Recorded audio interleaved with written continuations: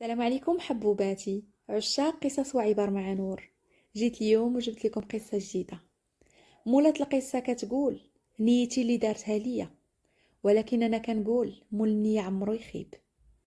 الاسم ديالي زهيرة والعمر ديالي 38 سنة. بنت خدامة على راسها، ما يسرش ليها ربي في الزواج ولكن يسر ليها ربي في الخدمة. عندي حرفة في يدي اللي هي حرفة الخياطة، وخدامة من صغري اللي حتى وصلت لهاد العمر. خدامة في الشركة وعندي الماكينة الخياطة في الدار، كنضرب بريكولات في الدار وخدامة في الشركة بنهار، ودايره فلوسي في البنكة ومهلية في والديا ومهلية في راسي. اللي ناقصاني نشريها واللي ناقصه والديا نشريها ليهم. لكن دائما كتبقى عندي ديك عقدة الزواج، عقدة الوليدات. الوالدين كيكبروا، الخواتات تزوجوا مشاو عند رجالهم، وبقيت انا ماده ديال الحنه. اليوم يحن عليا الله، غدا يحن عليا الله. ربي ما كتبش ليا الزواج. حتى لواحد النهار نضت كيف العاده لخدمتي، صليت صالتي ولبست حويجاتي وفطرت وخرجت باش نشد الطاكسي. ركبت في الطاكسي باش نمشي للخدمه ديالي، هو يركب حدايا واحد الراجل. العمر ديالو تقريبا ديك 39 عام 40 عام، باين بعقلو وصراحه زوين، واللحيه والبياض والطوله والتجريده غير شفتو طحت فيه. ولكن ديما منيسه وكنقول زهيره راك كبرتي وتا واحد ما بقى يديها فيك، سيري خدمي خدمتك ودخلي سق راسك. وداكشي اللي كان. ما عطيتوش اهتمام واخا عجبني وريحته ضاربه فيا. قلت هذا زهرك زهيره ما عندك ما ديري. وداكشي اللي كان. مني قرب ينزل السيد لاح ليا النمره التليفون، جاتني عجب وفرحت واحد الفرحه داك النهار اللي عمرني ننساها. اول مره زهيره زهرك غادي يتحل وواحد غادي يعطيك النمره. شديت هذيك النمره بيديا وخبيتها في وسط التليفون ومشيت لخدمتي داك النهار فرحانه. دوزت النهار وانا ناشطه وضاحكه، وليت جيت هضر معايا نقول لها اجي نعرض عليك الغدا. مشيت في الليل للدار وقلبت على ديك النمره ودخلتها وهضرت معاه في الواتساب. صيفط ليه ميساج وقلت ليه انا هي البنت اللي عطيتيها النمره في الطاكسي. جاوبني دغيا وقال لي راه عجبتيني وعطيتك النمره ديالي، وانا ما باغي لا نتفلى، ما باغي لا نخرج لا ندرج. انا باغي المعقول. الا كان ممكن نتلاقاو في هاد الويكاند باش نهضروا. وانا طايره بالفرحه وما قاداني فرحه. كنقول واخيرا زهيره، واخيرا غتلاقي مع فارس احلامك. كنتسنى داك الويكاند امتى يجي. والسبت مشيت للحمام ومشيت عند الكوافوره تقادني وتلاقيت معاه نهار الحد. فرحانه وما قاداني فرحه. تلاقيت معاه في القهوه، بركنا هضرنا، قال لي شوف يا بنت الناس، انا باغيك للزواج وباغيك للمعقول. انا ما باغي لا نخرج معاك لا ندرج معاك. اعطيني نمرة والديك غادي نجي ان شاء الله السيمانه الجايه نخطبك. وداك الشيء اللي كان. عطيته نمرة والديا وفعلا جا السيمانه الاخرى جا خطبني، وجاب خطبه كبيره، وجاب معاه واحد المراه اللي قال لك هذه امي، قال لك با ميت ويتيم ما عندي خواتات. وانا جاتني من الجنه والناس وحمدتك ربي وشكرتك. جبتي لي هاد النقره فين يغبر نحاسي. ما عندي لويسات سوسات اللي عقدوني في حياتي، وما عندي طفيلات محسادات اللي حروا عليا عيشتي. عندي هذيك المراه الشارفه عدوستي ونعرف ما ندير معاها. ايوا يا لاله فرحت. ايوا دوزنا ديك الخطبه على خير وبخير وكل شيء فرحان وعائلته فرحانه اللي هي مو زعما، وعائلتي انا فرحانه وقالوا الحمد لله كيف كيقولوا تفك حزامها وراها غتمشي عند دار راجلها وتولد وليداتها. وانا ما قاداني فرحه، ما السما ما قاده تهزني والارض ما هزاني. موراها شرى ليا الخاتم، قال لي هاد الخاتم ديريه في يدك، من اليوم راكي مزوجه ومن اليوم راكي مرتي وفي دمتي. وانا باغا نطير بالفرحه، ويلي امي الراجل كيغير عليا. ايوا يا لاله بقات تثبتني تبيته ديال الصح، بالكلام المعسل والكلام الحلو. نهضروا في النهار ونهضروا في الليل. الابيل ديما عندنا 3 سوايع 4 سوايع في الابيل. اللي تولفتو خلاني نبغيه. في الاول كان ناكر بان عنده الدار، هي هذيك الدار راه كانت عنده من قبل. قال لي انا حاليا كنجمع باش ندير لك واحد المفاجاه. غتصبري عليا رانا مزير شويه لانني باغي ندير لك مفاجاه. فعلا كنقول شنو هي المفاجاه اللي باغي يدير ليا؟ وقيله العرس اللي قال لي غندير لك وقيله هو المفاجاه. داز 3 شهور ولا تقريبا 4 شهور من العلاقه ديالنا. موراها قال لي يلا معايا لواحد البلاصه نوريك واحد الحاجه. وانا ثقه فيه ثقه العمى في الظلمه. مشيت معاه. تطلعني لواحد الموبل، حل جبد سويرتات من جيبو وحل واحد الباب وقال لي ها هي البارطما ديالك. انا يلا شريتها وتكاتبت البارح وبغيت نديرها لك مفاجاه. وانا نقص بالفرحه ونعنق فيه وفرحانه ومبروك عليك. وكيقول لي ما تقوليش لي مبروك عليا، مبروك علينا، هذه داري انا وياك. انا راه بغيت نديرها لك غير مفاجاه، مشيت تكاتبت بوحدي، اما راه نكتبها انا وياك في سميتنا. راه انت هي كل شيء وانت هي الكل في الكل وانت هي مرتي ويبوس لي في راسي وزعما وفرحان بيا. ما نعاودش لكم البنات، راه تبتني واحد تتبيته اللي صافي تقولوا هذا محال يخون ومحال يجرجرني هاد الجرجيره اللي انا مجرجره فيها دابا. ايوا صافي خرجنا من ديك الدار وفرحانين وكنبارك لي وقلت لي انا عارضه عليك الغدا وديت وغديت وفرحت انا وياه. موراها جبد لي الدوبل ديال السوارت. قال لي هاد الدار ديالي انا وياك، هاكي هاد الدوبل السوارت، وقت ما بغيتي تمشي ليها سيري ليها. قال لي انا حاليا دابا خديت كريدي باش شريت الدار، خاصني نفك عليا الكريدي باش نقدروا ندير انا وياك العرس. انا مني شفتك قلت لي ما عندنا ما نديرو بالعرس. انا راه ماشي يلا عندي 16 عام ولا 18 عام غنبغي ندير العرس وغنبغي نطلع فوق العماريه. انا بارك عليا غير خطبه كبيره نعيط فيها على خالاتي وعماماتي وتعيط تاع الوالده ديالك ونديروا واحد العراضه ونديروا العقد ديالنا وصافي ونجي لداري. قال لي وتقول انا انتي في نظري عندك 10 سنين وباغي نفرح بك، ولا انتي ما بغاش تفرحي براسك؟ انا باغي نفرح براسي، انا ضروري ندير العرس. ومني شفتوه هكاك مصر على العرس قلت لي واجي نديروا العقد قبل العرس.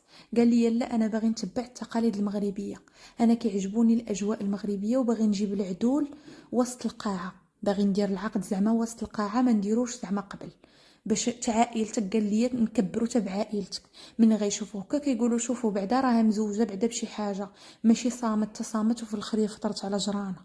ايوا مني شفتو كيهضر هكاك قنعني بكلامه، وهو اي موضوع كان كيقنعني بكلامه كنت كنتيقو ونتم داك الهبيله. صافي تيقتو. موراها مني عطاني السوارت قال لي هانتي يلاه معايا كل ويكاند، يلاه معايا نشوفوا شنو اللون اللي بغيتي، الصباغه اللي بغيتي نديرو نجيبو. اليوم كاين المعلم اجي شوفي معايا. فعلا كنت نمشي نلقى شي رجاله في الدار يقول لي هانتي هذا راه صباغ رانا جبتو، رانا نقصت شويه من الصالير باش انني نقدر نصبغ الدار. بدات صباغه في الدار حيت لان الدار كانت حالتها ما عرفتش انا كيفاش. هو الدار ديالو كانت من قبل يعني ما كانش شاريها جديده، انا على بالي كانت دار جديده. هادشي عرفتو حتى الاخر من بعد نقول لكم كيفاش البنات. بدا السباغ في الدار. انا مني شفتو هكاك قلت المراه هي اللي توقف مع راجلها. مشيت لاله جبت ليه الفلوس وقلت ليه ها باش تصبغ وها باش تعاود القبص وها باش تعاود انستالاسيون في الدار ديال الضو وكل شيء عاودتو ليه. انا جبت الفلوس من جيبي. مورا مني سالاو هذوك الفلوس وسالات هذيك الصباغه وسالات الصليح دزنا وقيته الفراش. قال لي ما يمكنش تدخلي للدار وهي عريانه، ما عندنا تناموسيه، خلي بشويه بشويه نبداو نشريو. كل مره يقول لي رانا مزير، رانا بغيت نشري طوموبيل وما عنديش، رانا هادي من هنا ومن هنا من هنا. ويديك حلاوه اللسان اللي بقى احتسل ليا فلوسي كاملين، فلوسي اللي جامعه مده 30 سنه كلهم مشاو البنات كلهم مشاو. كنقول لكم نيتي اللي دارتها ليا وطحت فيه طيحه العمى في الظلمه تصدقت لاتيتي لحب الملوك. بدينا كنفرشوا الدار وكيتبتني بهداك الكلام ديال ذوقك زوين وانا باغي دارك انت هي اللي تفرشيها.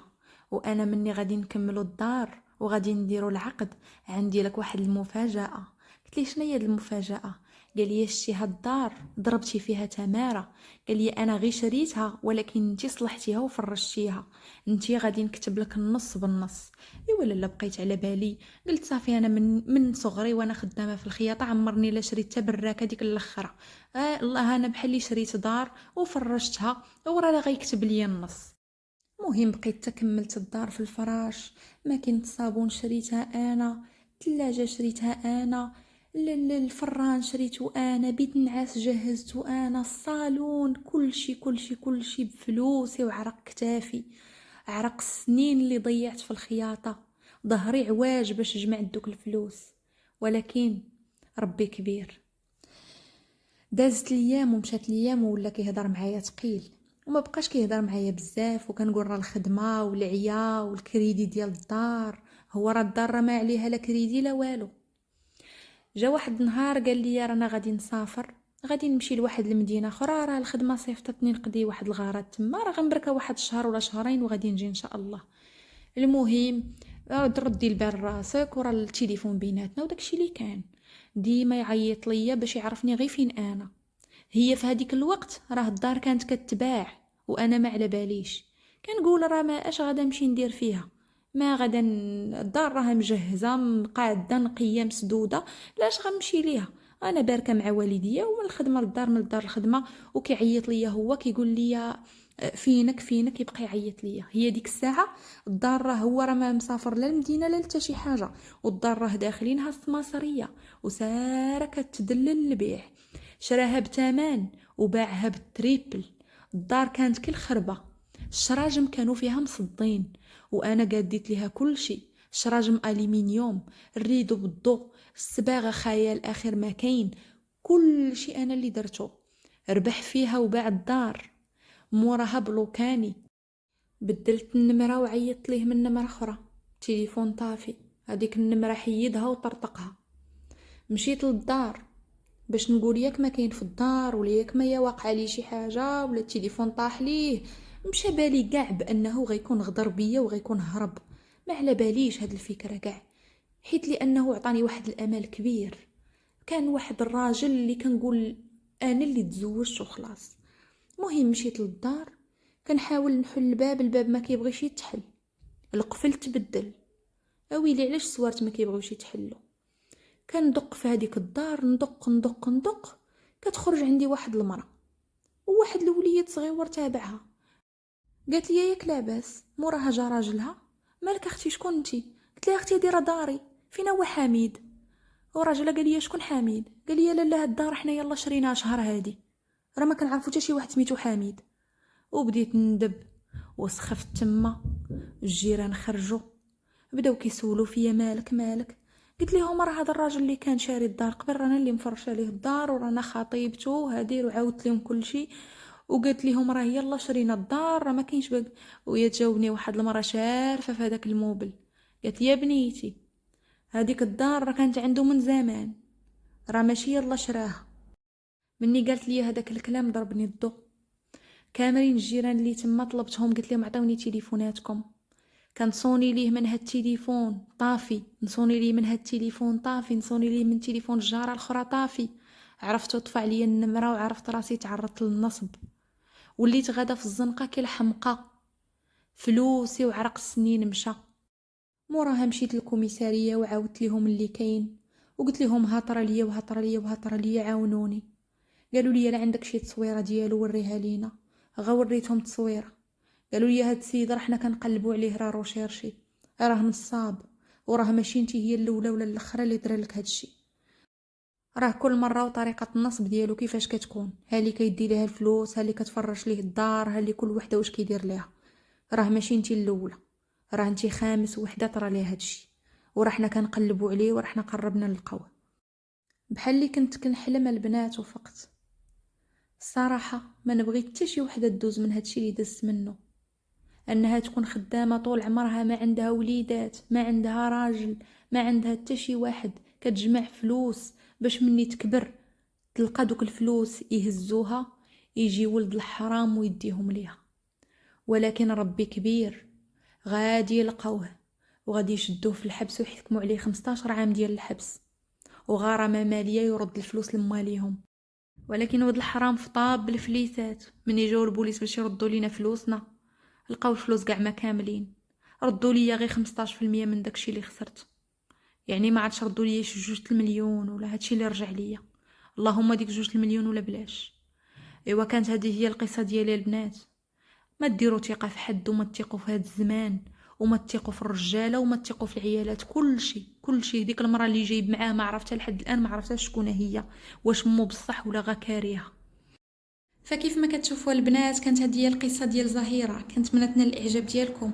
الا عجباتكم ما تنسونيش من الدعم، وما تنسوش تقاسموا القصه مع صحابكم وحبابكم. كانت معكم نور، راويه قصص من قناه قصص وعبر مع نور. سلام عليكم.